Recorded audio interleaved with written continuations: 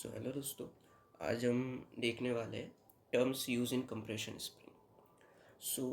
Compression spring में हम क्या क्या टर्म्स यूज़ करेंगे, क्या क्या डायमीटर यूज़ करेंगे, कितने टाइप्स के डायमीटर्स होते हैं, स्प्रिंग इंडेक्स क्या होता है, स्प्रिंग रेट क्या होता है, पिच क्या होता है, सॉलिड लेंथ क्या होता है, फ्री लेंथ क्या होता है। आज हम ये सब चीज़ें देखने वाले हैं, ठीक है। सबसे पहले देखते हैं कि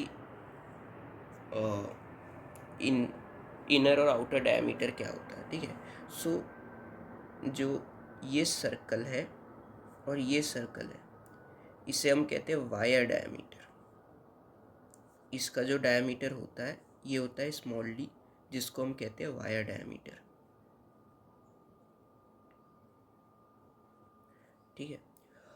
अब इस वायर डायमीटर, ये जो दो वायर डायमीटर है, इनके अंदर वाला जो रीजन है, ठीक है, मतलब ये वाला जो रीजन है, इसको हम कहते हैं इनर डायमीटर, ठीक है, इनर डायमीटर।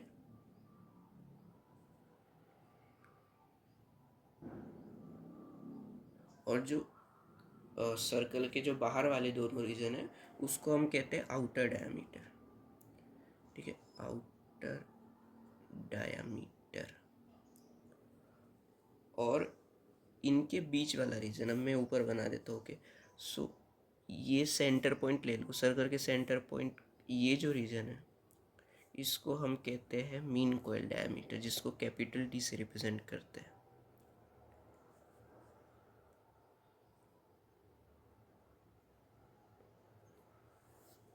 ओके, सो अब आता है कि इनमें रिलेशंस क्या होता होगा।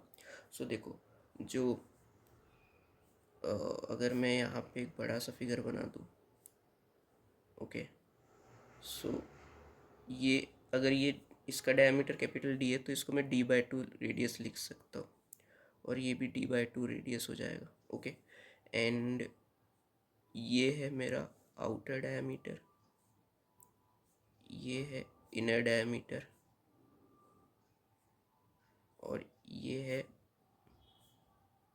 Mean coil diameter. Okay, mean coil diameter में क्या लिख सकता हूँ, inner diameter plus d/2 plus d/2। Okay, इतना हिस्सा प्लस आधा आधा, सो di प्लस 2 इंटू d/2, यानी कि di plus D equals. Okay, ये मैं लिख सकता हूँ। अब इनर वाले हिस्से को क्या लिख सकते हैं हम, so capital D outer diameter के रिस्पेक्ट में क्या लिख सकते हैं, outer diameter D O minus D, ठीक है, मतलब आउटर डायमीटर -d/2 -d/2, ठीक है। अब आता है इन दोनों को अगर हमको इन दोनों के टर्म्स में लिखना है, इस इक्वेशन को ऐड कर दो, 2d equals to di plus D O, minus D plus D आपस में कैंसिल हो जाएगा, डी आ गया di plus D O upon 2। Okay, ये बेसिकली हम यूज़ कर सकते हैं, हमको न्यूमेरिकल्स में इनका यूज़ आएगा। ओके, अब हम देखते हैं कि स्प्रिंग इंडेक्स क्या होता है, ठीक है।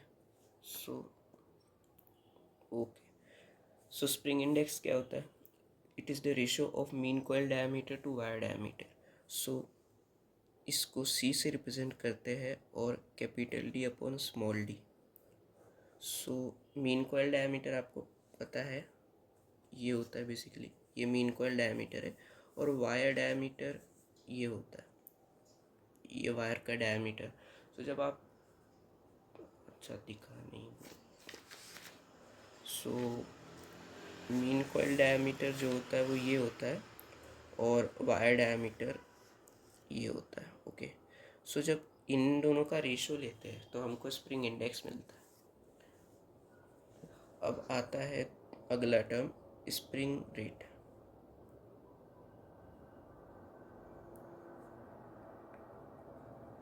ये बेसिकली हमको बताता है लोड पर यूनिट डिफ्लेक्शन।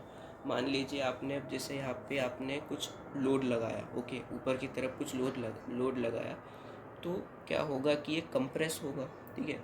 अब मान लो W लोड है, मान लो W ऐसा लोड है जिसमें ये 1 मिलीमीटर का डिफ्लेक्शन शो कर रहा है, ठीक है। सो W से ज़्यादा में डिफ्लेक्शन वो शो करेगा, W से कम पे नहीं करेगा, ओके। सो स्प्रिंग इंडेक्स क्या हो जाएगा हमारा उस समय, W हो जाएगा, ठीक है।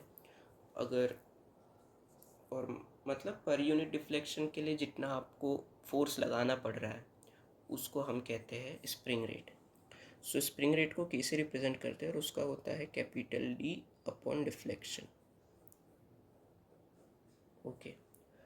नाउ अब आता है solid length. Solid length,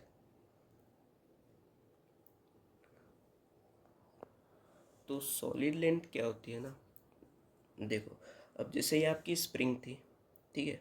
spring ये नेचुरल स्प्रिंग है, यानी कि ये फ्री लेंथ वाली स्प्रिंग है। इसको आपने दोनों साइड से फोर्स लगाया, ठीक है। फोर्स लगाया तो ये कंप्रेस हो गई, तो इसका साइड यहाँ से लेके यहाँ तक हो गया, ठीक है। तो अब आपने फिर उसमें और ज़्यादा फोर्स लगाया, पहले उसमें डेल्टा डिफॉर्मेशन आया था, अब उसमें और ज़्यादा फोर्स लगाया तो ये पूरी तरीके से कंप्रेस हो गई, ठीक है। सो कंप्रेशन इतना हो कि स्प्रिंग का एक कॉइल दूसरी कॉइल से जाके डायरेक्ट कांटेक्ट में आ जाए। हाँ, आता नहीं है, बट मान लो कि अगर आ गया तो उसको हम कहते हैं सॉलिड लेंथ, ओके। तो सॉलिड लेंथ का जो फॉर्मूला हो जाएगा वो क्या हो जाएगा, देखो हम मान के चलते हैं कि एक कॉइल जो है वो आपस में एक दूसरे से टच में है, ठीक है। सो इनके बीच में कोई डिस्टेंस तो होगा नहीं, है ना। अब ये डायमीटर ले लो, ये डायमीटर ले लो, ये ले लो, ये ले लो, ये ले लो, ये ले लो, ये ले लो, तो मतलब जितनी नंबर ऑफ कॉइल्स है उतना उतने बार डायमीटर को ऐड कर दो तो आपको इसकी लेंथ पता चल जाएगी, है ना। आपको इसकी लेंथ पता चल जाएगी, और इसकी लेंथ को हम लोग LS से रिप्रेजेंट करते हैं। तो और ये जो होती है नंबर ऑफ कॉइल्स, हाँ नंबर ऑफ कॉइल्स को मैं बताना भूल गया, नंबर ऑफ कॉइल्स को हम N से रिप्रेजेंट करते हैं, N डैश से रिप्रेजेंट करते हैं, ठीक है। सो LS क्या हो जाएगा हमारा, LS हो जाएगा N dash into wire diameter, okay. इसको सॉलिड लेंथ बोलेंगे, diameter of wire into number of coil, ठीक है। अब ये हो गया हमारा सॉलिड लेंथ। अब फ्री लेंथ क्या होता है,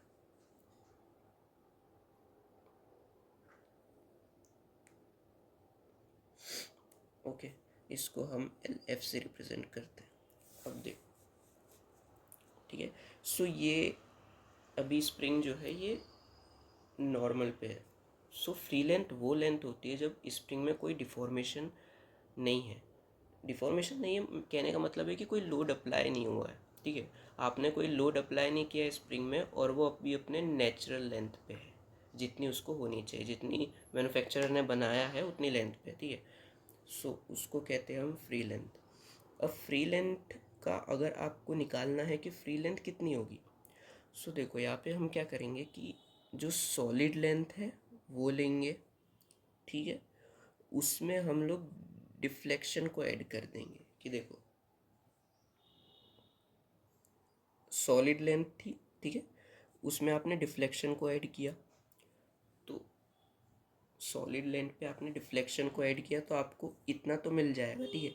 अब बचा हुआ जो है वो क्लियरेंस है, ठीक है, क्लियरेंस अभी बचा हुआ है। सो हम ऐसा मान के चलते हैं कि जो क्लियरेंस होता है वो डिफ्लेक्शन का 15% होता है, ऐसा कन्वेंशन है जो किताबों में लिखा रहता है। सो जो डिफ्लेक्शन है उसका हम 15% कंसिडर करके चलते हैं, ठीक है। सो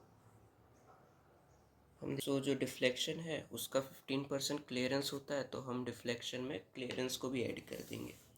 सो LF कितना हो जाएगा हमारा, LF हो जाएगा ND solid length, solid length plus deflection जो कि आया है, प्लस 15% ऑफ डिफ्लेक्शन, उसको 0.15 इंटू डिफ्लेक्शन कह सकते हैं, मैक्सिमम डिफ्लेक्शन,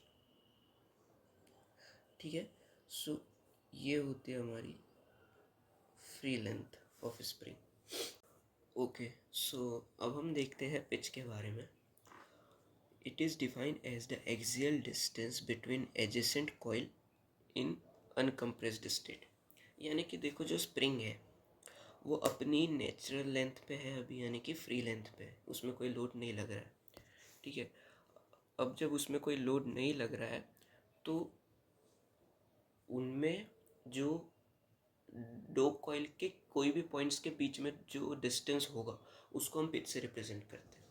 अब मान लीजिए कि जैसे ये मेरे पास, मान लीजिए मैंने या तो आप ले लो ये या ये ऊपर वाला, ओके, ऊपर वाले दो पॉइंट के बीच का डिस्टेंस मान लीजिए, उसको हम पिच कहेंगे। या तो आप ये सेंटर वाले दो पॉइंट के बीच का डिस्टेंस मान लीजिए, उसको पिच कह सकते हैं। या तो आप ये नीचे वाले दो पॉइंट के बीच, दो कॉइल में ये नीचे वाले दो पॉइंट के बीच का डिस्टेंस मान लीजिए, इसको पिच कहेंगे, ठीक है।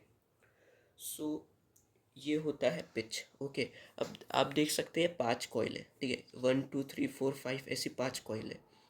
अब इनमें अगर हमको निकालना है पिच कितना होगा, ठीक है। सो पिच अगर हमें निकालना है तो देखो, तो ये पिच 1, ठीक है, ये पिच 2, पिच 3, पिच 4, ओके।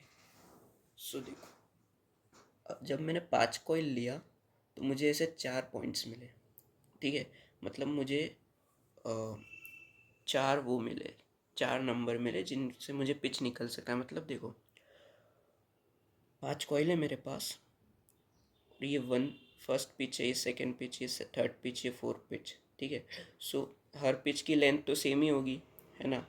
तो मैं ये कह सकता हूँ कि 5 कॉइल में मुझे 4 पिच मिल रहे हैं, उस हिसाब से मुझे 6 कॉइल में 5 पिच मिलेंगे, तो एक पिच हमेशा कम मिलता है, ठीक है। सो अगर मुझे पिच की लेंथ निकालना है तो मुझे जितने नंबर ऑफ कॉइल है उसमें से एक घटाना पड़ेगा, ठीक है। और उसको फिर फ्री लेंथ से, मतलब फ्री लेंथ को उससे डिवाइड कर देंगे। सो पिच क्या हो जाएगा, फ्री लेंथ, जो कि ये होगा free length divided by numbers, यानी कि